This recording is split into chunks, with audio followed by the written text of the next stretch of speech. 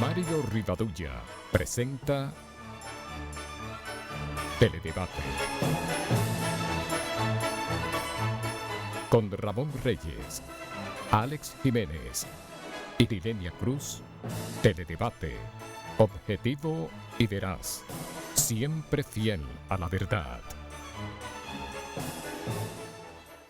Sean todos bienvenidos, amigas, amigos televidentes, a esta entrega de Teledebate.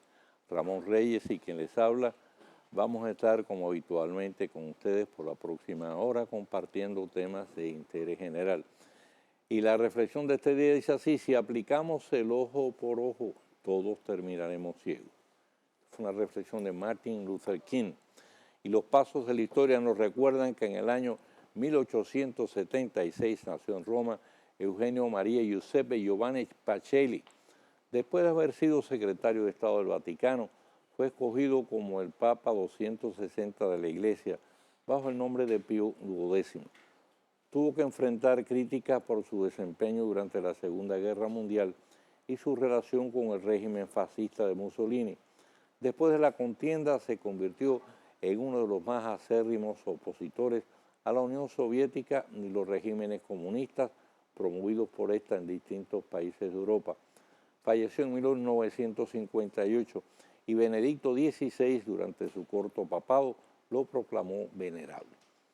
En el año 1895, el presidente Ulises Heró donó 2.000 pesos para financiar el viaje de Máximo Gómez y José Martí a Cuba, que daría inicio a la Guerra de Independencia. Famosa la anécdota de que al entregar el dinero le advirtió a Martí que el presidente Heró no se entere que el general Lilí le ha hecho este donativo. Y bien, pues tenemos noticias en primera fila. Pues ayer se presentó el documental producido por José Rafael Sosa como homenaje a Radamés Gómez Pepín, aquel excelente periodista que fue director del Diario Nacional, uno de los íconos del periodismo dominicano.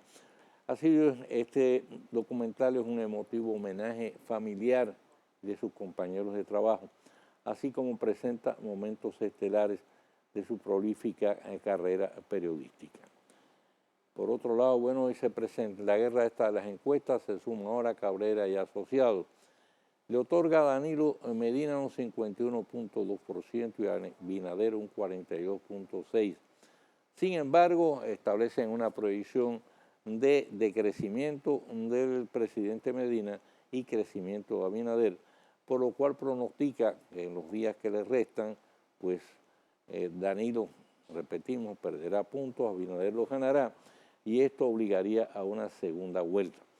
Claro, esta encuesta difiere mucho de las que se han publicado hasta ahora de otras agencias que han salido en distintos medios de comunicación, y sobre todo la más reciente de la Greenberg, que por el contrario le otorga a Danilo Medina un 55%, un 34% a Abinader, con una gran diferencia que prácticamente garantizaría el triunfo del presidente en primera vuelta. De todas maneras, la encuesta válida es la del 15 de mayo.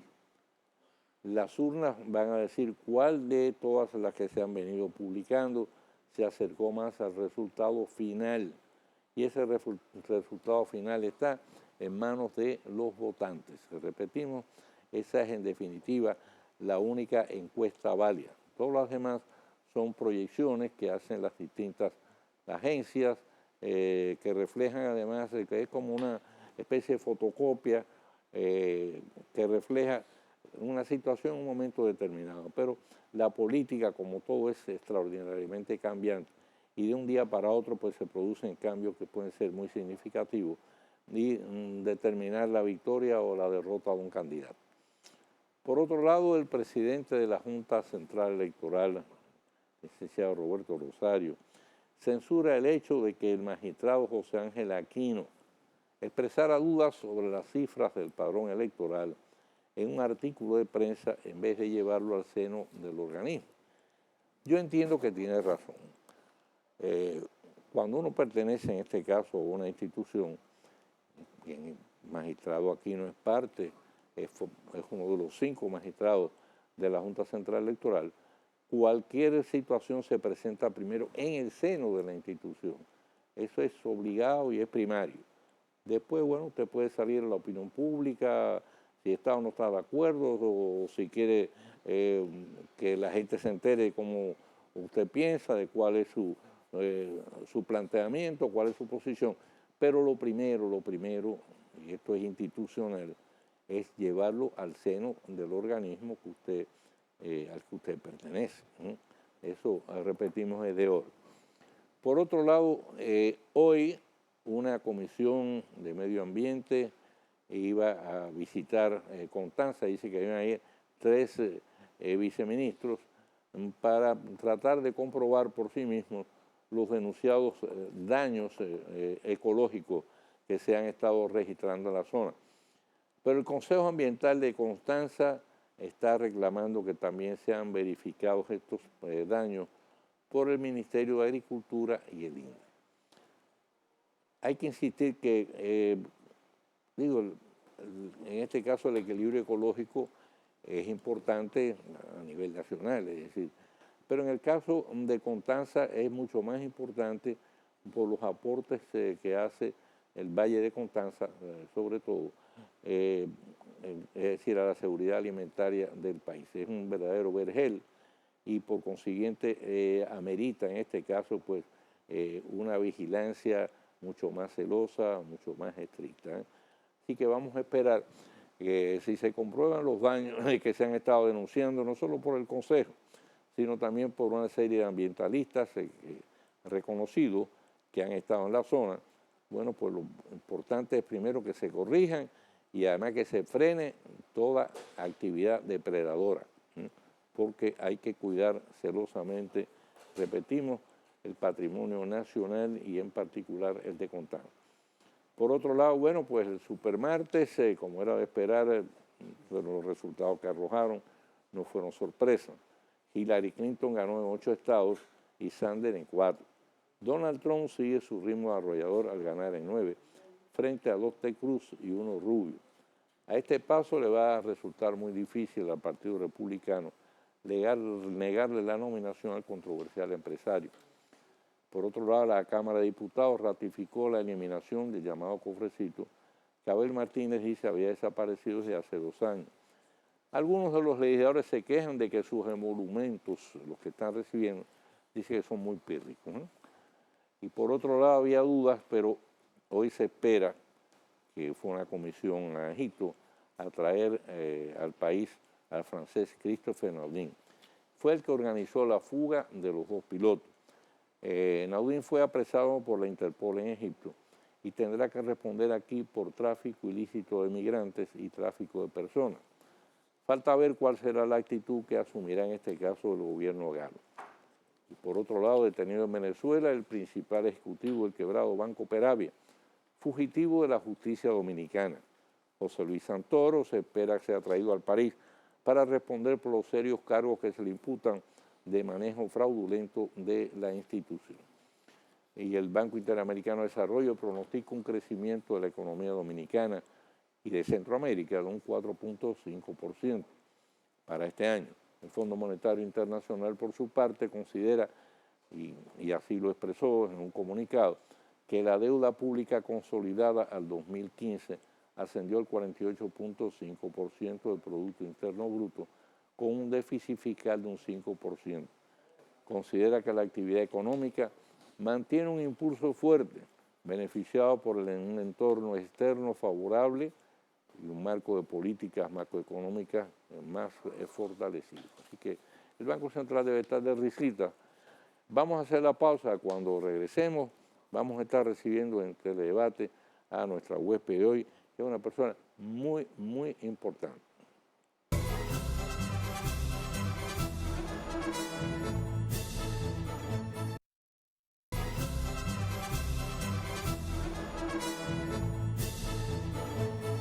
Bueno, hoy Teledebate se honra con la presencia de la doctora Laura Acosta, una de las heroínas del rescate de Valle de las Águilas, un trabajo que había iniciado su difunta progenitora Piqui Lora, abogada del Estado, hasta su fallecimiento. Laura se ha ganado el reconocimiento público, no solo del gobierno, sino de la nación. a rescatar su más valioso patrimonio inmobiliario. Así que por mi parte yo aprovecho para darle las gracias. Gracias. Y tengo la seguridad que Ramón está igual. Claro Además, que sí. hay que destacar que ella ha hecho este trabajo sin percibir un horario. Así es. Esa fue la primera condición que puso cuando le encargaron de eso. Bueno. ¿Cierto? Ahora una pregunta. Bueno, sí, pero eso no significa que yo no cobro cuando yo trabajo. Lo que pasa es que en ese Claro. caso particular, yo decidí que no iba a cobrar honorario Claro. en ese caso particular. No se vayan a creer que yo trabajo sin cobrar. No, no.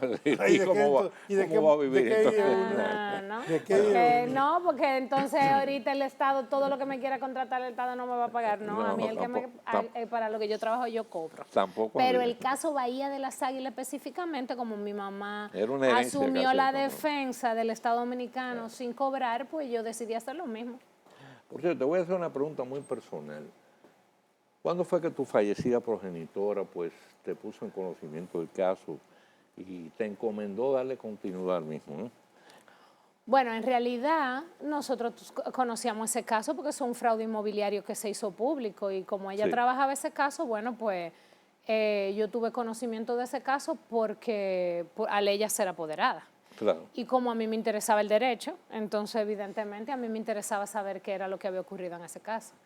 Pero cuando mami ya su enfermedad llegó a una etapa terminal y que ella estaba consciente de eso, la muerte era algo de lo que se hablaba Claro. de forma muy natural, entonces ella decidió poner su cosa en orden, ¿verdad? Para que cuando ella no estuviera, todo estuviera en orden.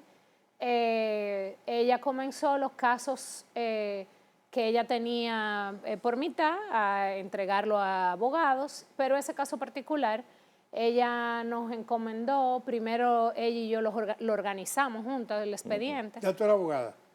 Todavía yo no era todavía abogada. no. Ella y yo lo organizamos juntas, pero yo trabajé con mami desde que yo empecé a estudiar en la universidad, como en el 88, y yo trabajaba con ella como paralegal. Entonces, comenzamos a organizarlo, el expediente, a ponerlo con orden cronológico, esa carpeta que ustedes ven que yo tengo cada vez que voy a los tribunales, eso lo organizamos ella y yo. Entonces, ella empezó a redactar un resumen del caso para entregarlo. Y entonces me dijo, hay que sacarle 2 copias a esa caja, una que tú vas a conservar, porque hay mucho interés y puede ser que esos documentos se pierdan, entonces para que tú mantengas una copia guardada.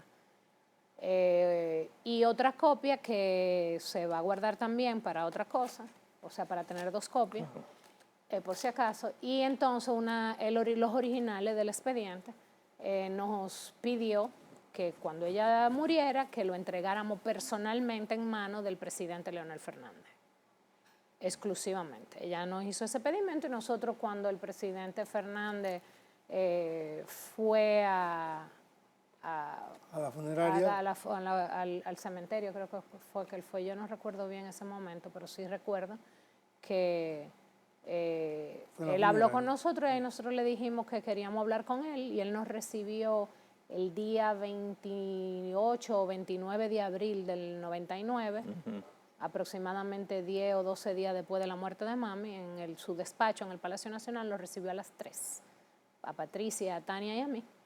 Y nosotras 3 le entregamos formalmente los originales de ese documento y yo conservo un inventario que fue recibido allá, porque ella me hizo un inventario y dijo que tenía que recibirlo. Claro, como buena abogada. Claro, o sea que yo conservo además de que eso es algo que fue público, o sea, nosotros nos acercamos al Palacio Nacional, recuerdo que era un sábado, conversamos con él y le entregamos el expediente y entonces luego yo conservé las otras copias. A medida que fueron pasando las cosas a través de los años, pues nada, yo me fui dando cuenta de lo que estaba pasando en ese caso y traté de hacer, durante 15 años yo escribí artículos, hablé en programas. Yo recuerdo que una vez yo escribí un artículo que fue publicado en el periódico Hoy.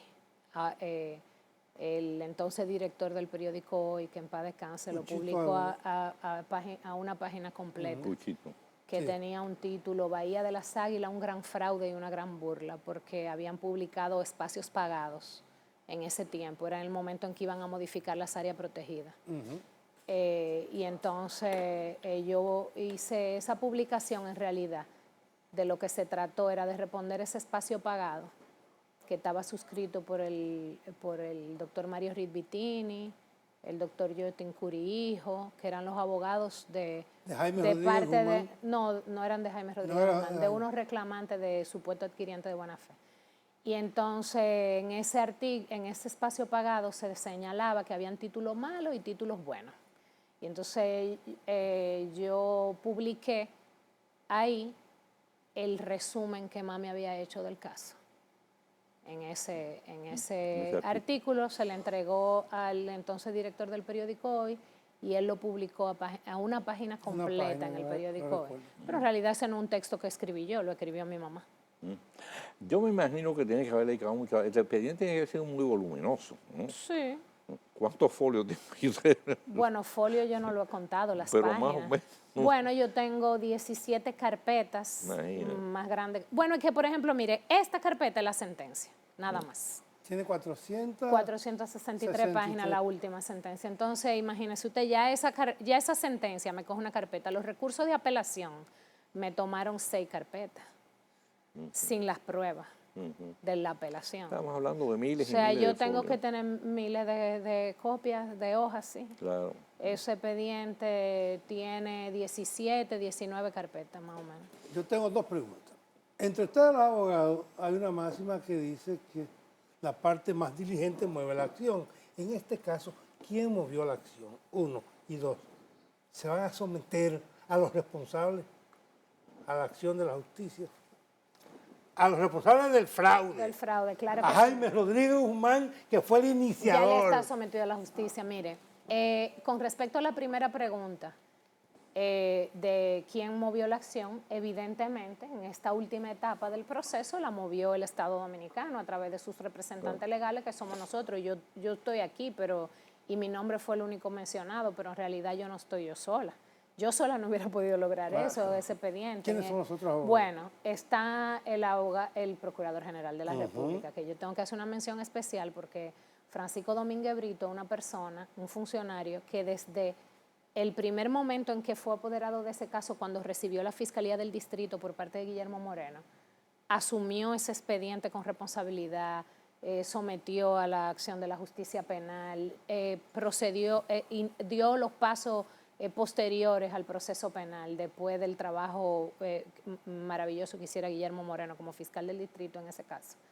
Después de eso, él volvió a la función pública como Procurador General de la República en el año 2004, con posterioridad al vergonzoso desistimiento por parte de Víctor Cepeda Martínez, que era el entonces Procurador General de la República, que desistió de ese proceso el día 14 de agosto del año 2004 y el 17, cuando Francisco Domínguez Brito asumió su primera actuación, fue revocar ese desistimiento. Es decir, que Francisco Domínguez Brito, usted le pueden criticar nosotros todo lo que nosotros querramos. Yo se lo dije el sábado, le dije, mira, yo discuto muchísimas cosas que no podemos no estar de acuerdo, pero en el caso Bahía de las Águilas, su actitud responsable mantuvo vivo ese expediente. Ese expediente se hubiera muerto en el 2004 si Francisco Domínguez Brito no actuó de esa manera, de modo que este país le debe mucho a ese funcionario que actuó con responsabilidad, sobre todo en ese fraude, y eso hay que decirlo, y es ser mezquino no reconocerlo y no decírselo. Y yo no acostumbro mucho a elogiar funcionarios, o sea que lo estoy diciendo con toda sinceridad. Además que los hechos están ahí. Es el primero que yo tengo que reconocer. Después de eso está el abogado del Estado, el actual abogado del Estado ante el Tribunal de Tierra, que es del Departamento Central, que es el doctor Gedeón Bautista Liriano, su adjunto, Rafael Mejía, que es el abogado del Estado adjunto que está apoderado de ese caso conjuntamente con él, y ahí trabajamos. Bueno, yo estoy viniendo de una reunión, porque nosotros tenemos una reunión semanal en la oficina del abogado del Estado, todos los abogados que representamos los intereses del Estado, trabajando constantemente. La reunión de hoy era para analizar y para la notificación de la sentencia. Y todas las semanas nos estamos reuniendo y cuando tenemos audiencia, porque el caso principal es este, pero hay unos casos que se derivan de ese, que también hemos obtenido ganancia de causa. No le hemos cacareado, pero hemos tenido, por ejemplo, la parcela 215B, que hay una liti también, que está al norte del Parque Nacional Jaragua. Esa parcela, nosotros obtuvimos ganancia de causa en primer grado y va por segundo grado y la audiencia va a ser el día 17 de marzo. Los reclamantes de la parcela 215A, es decir, estos reclamantes, interpusieron durante el proceso, cuando se vieron perdidos en la jurisdicción inmobiliaria, 2 acciones ante el Tribunal Superior Administrativo, también la ganamos. Interpusieron un referimiento ante el Tribunal Superior de Tierra y fue fallado en nuestro favor también. 3 intentos de recurso de casación contra sentencias incidentales fueron fallados por la Suprema Corte de Justicia favorablemente a nosotros. ¿Usted me entiende? O sea, aquí se está hablando de una sentencia, pero nosotros en realidad, ese equipo de abogados tiene por lo menos 7 sentencias favorables en estos 2 años. O sea, eso hay que decirlo. Trabajado. Gedeón Bautista, Rafael Mejía, Ramón Mejía, abogado adjunto. Por bienes nacionales, la licenciada Miguelina Saldaña, abogada litigante de bienes nacionales, y el licenciado Marco Urraca, que actuaron con nosotros de forma constante en este caso, principalmente la licenciada Miguelina Saldaña. Marco Urraca se integró para el asunto en el Tribunal Superior Administrativo. Del Ministerio de Medio Ambiente y Recursos Naturales, además de su consultora jurídica Marisol Castillo, está el abogado que es el que se ocupa de este litigio específicamente, Ángel Contreras. Y por el Instituto Agrario Dominicano, no puedo olvidar a Bienvenido Ramírez, que es su consultor jurídico y que además litiga en este caso, que eso no es un consultor jurídico florero. Y por último, evidentemente, los abogados. Sí, porque hay consultores jurídicos por florero, Claro. ¿no? Esa es la realidad. Él se ríe, pero esa es la verdad. Aquí hay funcionarios que son floreros. Entonces, pero eso no son ninguno floreros, eso están fajados trabajando. Y los abogados particulares que tenía contratado el Estado Dominicano antes de que yo me presentara en este asunto, que son los abogados, prestigiosísimos abogados, Gustavo Viaggi Pumarol, Blas Minaya Nolasco y Manuel Cáceres. O sea, esos son los abogados que conforman el equipo de jurídico que se ocupa de responder todas esas actuaciones, y sin ellos yo no me hubiera llevado ningún mérito. Yo le estaba diciendo a ellos hoy que los quiero mencionar cada vez que me entrevistan o algo, porque me parece injusto que yo me lleve el lauro de un grupo de gente que no soy yo sola. Lo que pasa es que es muy linda la historia de que yo sigo lo de mi mamá y eso es muy bonito, pero en realidad el trabajo lo hace mucha gente. Equipo. Sí, es en equipo. Con tu permiso, vamos a hacer una pausa.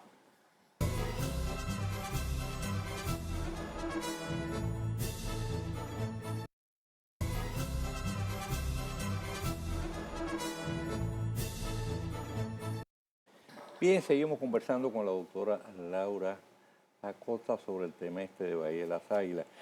Laura, vamos a ir al comienzo. ¿Cómo es que se produce este fenómeno? Que de pronto tierras de ese valor con vocación turística, de pronto se declaran tierra apta para la agricultura. Exactamente, como vocación y se agraria. empiezan a repartir de esa forma me da la ganancia. Bueno, porque eso se hace en un escritorio. Eso lo que ocurrió fue que esta persona habían intentado despojar, porque el proceso penal, y ahí quedó ahorita la pregunta trunca, que si se iba a perseguir penalmente a Jaime Rodríguez Guzmán, en realidad hay un proceso penal abierto en su contra, en contra de su hermana, de la que era su esposa y de su hermano. Y porque ese proceso fue desglosado en el año 2003 y hay otros que están prófugos. Y hay otros que fueron declarados, se fue pronunciado auto de no lugar a favor de ellos porque devolvieron los títulos, pero ahora aparecen como reclamantes. Entonces, sí. Entonces, esa persona evidentemente van a ser perseguida penalmente. Lo que pasa es que el Estado Dominicano tiene que tener una estrategia coherente y eficiente y efectiva. Y al Estado le pasa que a veces no es defendido de forma eficiente y efectiva. Si yo persigo ahora mismo a esos reclamantes penalmente, el proceso inmobiliario se suspende. Y entonces vamos a volver a durar unos años en esto. Entonces vamos a quitarle primero los títulos y después los trancamos. Es la prioridad. Claro, o sea, cuando digo los trancamos, los Sí. porque después me dicen arbitraria y que lo vamos a trancar y que yo lo estoy amenazando, porque viven con esos temores. No, luego serán traducidos a aquellos que han hecho uso consciente de documentos falsos, serán traducidos a la justicia penal como corresponde. Este proceso tiene una estrategia amplia a mediano, a corto y a largo plazo. Incluye, por supuesto, no permitir la impunidad de aquellos que usan documentos falsos para despojar al Estado de su patrimonio. ¿Cómo ocurrió esto? Nada, ellos cogieron el padrón electoral de Pedernales, le adjudicaron a todo un listado de gente por orden alfabético en la provincia de Pedernales, supuesto parcelero de la reforma agraria, pero cada parcela tenía 300.000 metros cuadrados. Y entonces, ¿cuánto? 300.000 metros por parcelero. A cada uno, si ustedes ven los títulos de cada uno, son 1.000 y pico de títulos, cada uno de esos títulos es de a 300.000 por cabeza.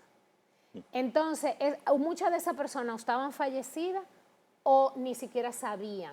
En el expediente, por ejemplo, hay una carta de la Asociación de Pedernales ausente diciendo, me cogieron mi nombre y mi cédula, pero yo ni vivo en Pedernales. Entonces, evidentemente, además de la evidencia de que ahí no hay asentamiento agrario, porque eso yo no tuve que aportar mucha prueba, basta con sobrevolar la zona para saber que ahí no hay asentamiento. Entonces, y es un parque nacional, además la gran mayoría del terreno, no su totalidad, pero la gran mayoría. Es una área protegida. Ellos lo que hicieron fue eso, hicieron sus parcelas de la reforma agraria, son toda la costa. La costa completa, más allá de Cabo Beata, hasta Oviedo, o sea, da la vuelta entera. Y eso lo dividieron como con una regla, como hicieron con África, los europeos. Con una regla, dividieron, hicieron sus parcelitas. Este es tuyo, este es mío. Exacto, y entonces después los supuestos parceleros le hacen contrato para vender a otras personas en violación a la ley, que dice que no se puede vender las tierras de la reforma agraria. Pero y esas personas de buena fe compraron porque no sabían. De buena fe. Y entonces ellos son los terceros adquirientes de buena fe, que hoy se escandalizan porque el Estado los aplasta. Pero cuando ellos tenían el poder y lograban decreto y lograban modificación de área protegida, ahí yo no veía a nadie llorando por el poder. ¿Qué va a pasar con aquellos títulos que el Procurador General de la República de ese entonces dijo? Si ustedes devuelven los títulos no le va a pasar nada. Bueno, lo que pasa es que ese acuerdo que se hizo en aquel momento con la Procuraduría General de la República, cuestionado por mi mamá y que yo he cuestionado mucho también, a pesar de querer mucho a Abel Rodríguez del Orbe, amor no quita conocimiento, eso fue un error grave. Pero porque eso hizo que se multiplicaran como conejos los reclamantes. Sin embargo, esos acuerdos a que se arribaron sobre la base de que usted entrega los títulos para que el Estado los cancele y usted evidentemente renuncia a ese supuesto derecho, reconoce que eso es de un fraude y entonces no se le persigue penalmente, se dictó auto de no lugar contra muchos y usted no reclama. Pero ellos lo que hicieron fue, como ellos tenían una fabriquita de títulos, supuestamente devolvieron los títulos, pero después que salió la sentencia penal en el año 2003, que salió la sentencia dictando auto de no lugar, cuando esa sentencia adquirió la autoridad de la cosa irrevocablemente juzgada, ellos fueron e intervinieron voluntariamente en el año 2005 como intervinientes voluntarios reclamando el derecho al que ellos habían renunciado. Y ahora alegan que fue que Abelito Rodríguez le puso prácticamente una pistola en la cabeza para que entregara los títulos, pero que ellos en realidad era que él, como había estado preso, él entregó para que lo soltaran. Pero resulta que en realidad ellos firmaron muchos firmaron actos auténticos, lo entregaron por su propio abogado. No pueden alegar esa... Y de todos modos, bueno, ellos probarán en la justicia penal si tienen o no tienen razón. A mí me parece que es un total fraude al Estado. Usted hay que llegar a un acuerdo con el Estado para una cosa y después hacer otra. Claro. Huele a fraude de arriba abajo. Hacemos una pausa y regresamos. Sí.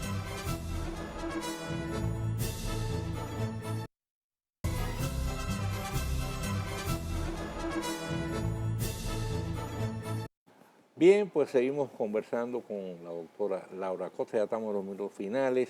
Mira, Laura, ¿cómo cuántos títulos están involucrados en este fraude? 1.000 y pico de títulos. 1.000 y pico. 1.500. Sí, poco más, porque hay muchos de esos títulos que aparecen en el expediente, porque en la rapidez de hacerlo, los títulos hay muchos que no tienen ni siquiera el sello del registrador ni número. Por lo tanto, esos son falsos, pero materialmente irregulares. ¿Y se ha cuantificado el valor que envuelven todos esos títulos? Bueno, imagínese usted que esos reclamantes tienen aproximadamente, están reclamando 100 y pico de millones de metros cuadrados.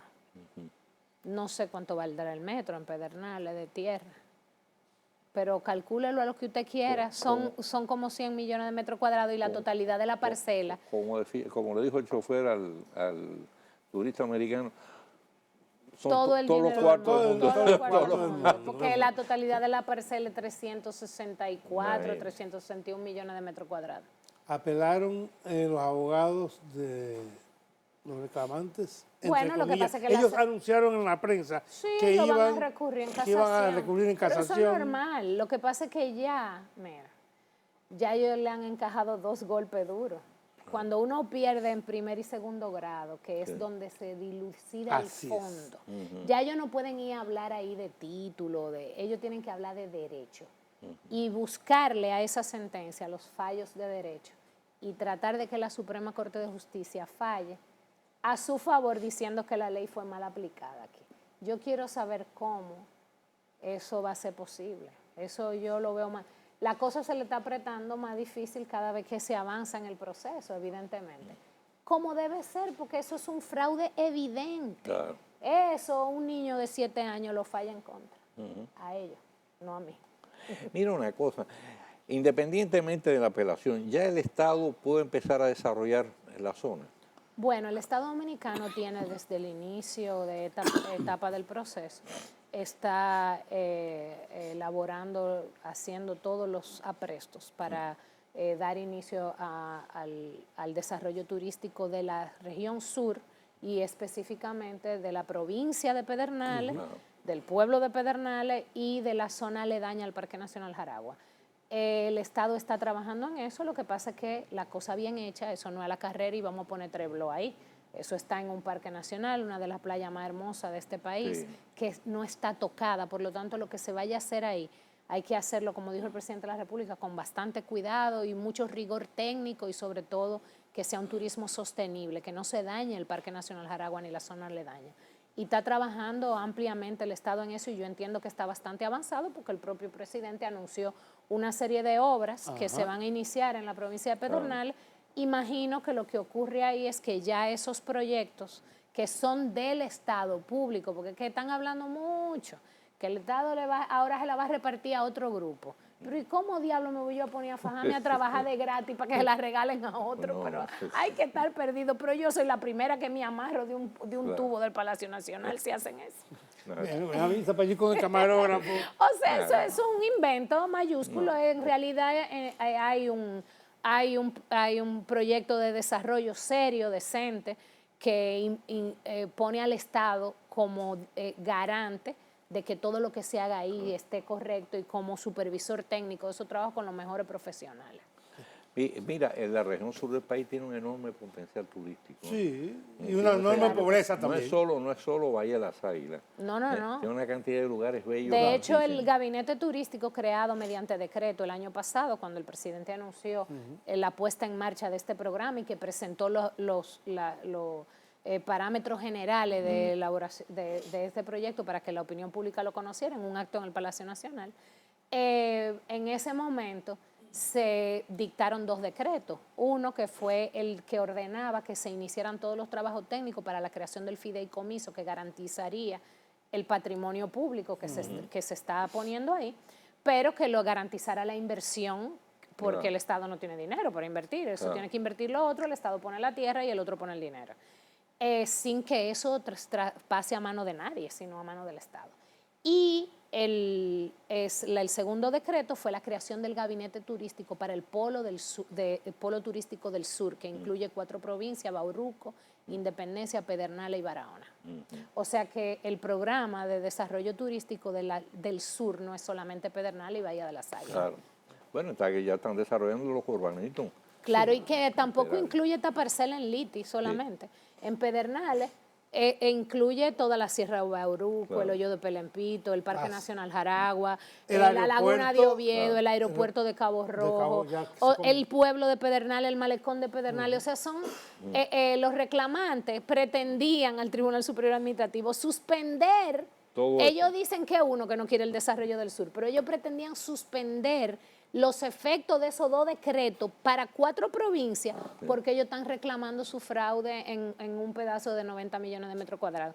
O sea, que quien no quiere el desarrollo de esa provincia solamente quieren desarrollo, pero sí es para entrarle en los bolsillos de ellos. Pero si es para el pueblo de Pedernales y de esas 4 provincias que son pobres de este país, ahí no quieren que haya desarrollo. Yo tengo una pregunta antes de terminar. ¿Cómo te sentiste tú el 27 cuando el presidente mencionó tu nombre, el de la doctora y tu hermana? Bueno, pues muy bien, porque ¿cómo me voy a sentir? ¿Y quién? ¿Te sorprendió? Sí, me sorprendió porque a uno lo invitaron para allá. Eso. Y no me dijeron que No iban te a iba- hacer no eso. te- Imposible, a mí no me dijeron eso. Y yo llegué ahí, yo sí pensé, cuando vi dónde me sentaron, porque yo no sabía que yo iba. Yo llegué y vi que me sentaron ahí adelante y yo dije, van a hablar de mi mamá, seguro. Eso sí me lo imaginé. Entonces, cuando él dijo todo lo que dijo, mi familia y yo nos sentimos honrados, porque no hay otra palabra para explicar. Y yo, lo que a mí respecta personalmente, que no tiene que ver con mis hermanas ni con mi mamá, sino por mi trabajo, yo lo acojo con humildad porque, como dije, eso no es un mérito mío solo, sino de un grupo de personas que ha trabajado en eso. Y hay algo muy importante, a mí me pareció, aunque la gente lo criticó, que uso de campaña y no sé qué, que es normal, porque ¿qué es lo que usa en la campaña? No es algo de lo que haya hecho que esté bien. Yo no entiendo los argumentos. Pero lo que yo digo es que él fue humilde y en vez de atribuirse él el mérito que lo tuvo porque tuvo la voluntad política, porque eso se moviera, se lo da a otra gente. O sea que a mí me pareció de lo más bien y me sentí muy bien. Ya está tu lagrimita. Laura. Porque mi mamá me hace falta y se paró el Congreso entero a aplaudirle. ¿Y quién no se emociona con eso? Laura, muchísimas gracias. Nos Gracias a sentimos ustedes. realmente honrados por haber contado con tu presencia hoy. Además, sabemos que tú eres una persona muy ocupada. Y nada, yo creo que esto ha sido un logro extraordinario, rescatar este patrimonio para el país, y que eso hace una fuente de riqueza para el país, Eso espero específicamente para la región sur. Eso espero. Irme a bañar a Valle de las Águilas y que no me quieran ahogar ahí. Vamos a hacer la pausa y regresamos con el tiro rápido de ahí.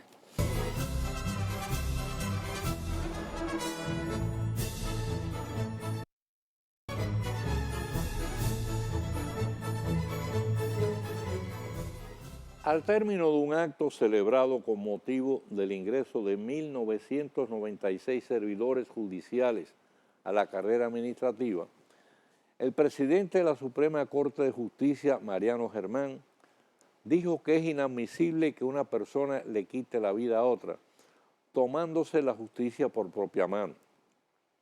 Aunque no lo identificó, es obvio que el doctor Germán se refería al caso del general retirado del Ejército, José del Carmen Ramírez Guerrero, acusado de dar muerte a uno de los jóvenes que lo asaltaron en su propia residencia, golpeándolo en la cabeza y despojándolo de su pistola. En el caso surgen 2 versiones contradictorias. Una en la que Ramírez Guerrero, provisto de un fusil, habría dado muerte a la víctima al emprender la persecución de los malhechores. Y otra en la que, por el contrario, figuraría disparándole a mansalva cuando ya estaba en poder y bajo control de agentes policiales que lo detuvieron en su vida. Esta última es la que sostiene la Fiscalía, pese a lo cual al militar se le otorgó libertad provisional a cambio de la consabida fianza, en este caso de $1 millón de pesos, impedimento de salida y presentación periódica. Ramírez Guerrero, conocido como Ranger, tuvo al parecer una meritoria carrera militar. Ya retirado, goza del aprecio del vecindario, que se manifestó en su favor en forma masiva en las afueras del tribunal. Le consideran un ser servicial y con su presencia y el celo que muestra hace que se sientan seguros. Ahora bien, con independencia de la forma en que se hayan desarrollado realmente los hechos, que no es la primera y única vez que ocurren, y sin que en modo alguno pueda considerarse justificado. Lo cierto es que la ocurrencia cada vez más frecuente de estas acciones tiene como motivación principal la creciente falta de confianza de la ciudadanía en los mecanismos de seguridad y en la correcta y eficiente administración de justicia. Tal sucede con los linchamientos. En días recientes el diario Listín Diario desplegó como principal información de portada el hecho de que en los 2 últimos años se han registrado un total de 64. Es una cifra que estremece y que demuestra hasta qué punto la gente se siente indignada por el incremento de las acciones delictivas y penetrada del convencimiento de la inutilidad del sometimiento de los maleantes que en incontables ocasiones obtienen su libertad con suma facilidad y no pierden tiempo en volver a cometer todo género de fechoría.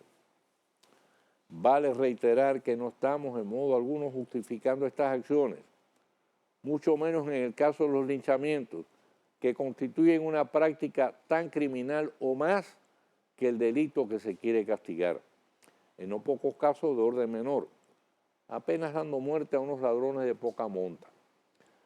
Se trata de una práctica irracional ejecutada con ciega crueldad que proyecta la negativa imagen de que somos un país de salvajes. Crímenes que no deben quedar impunes y cuyos responsables merecen ser ejemplarmente sancionados.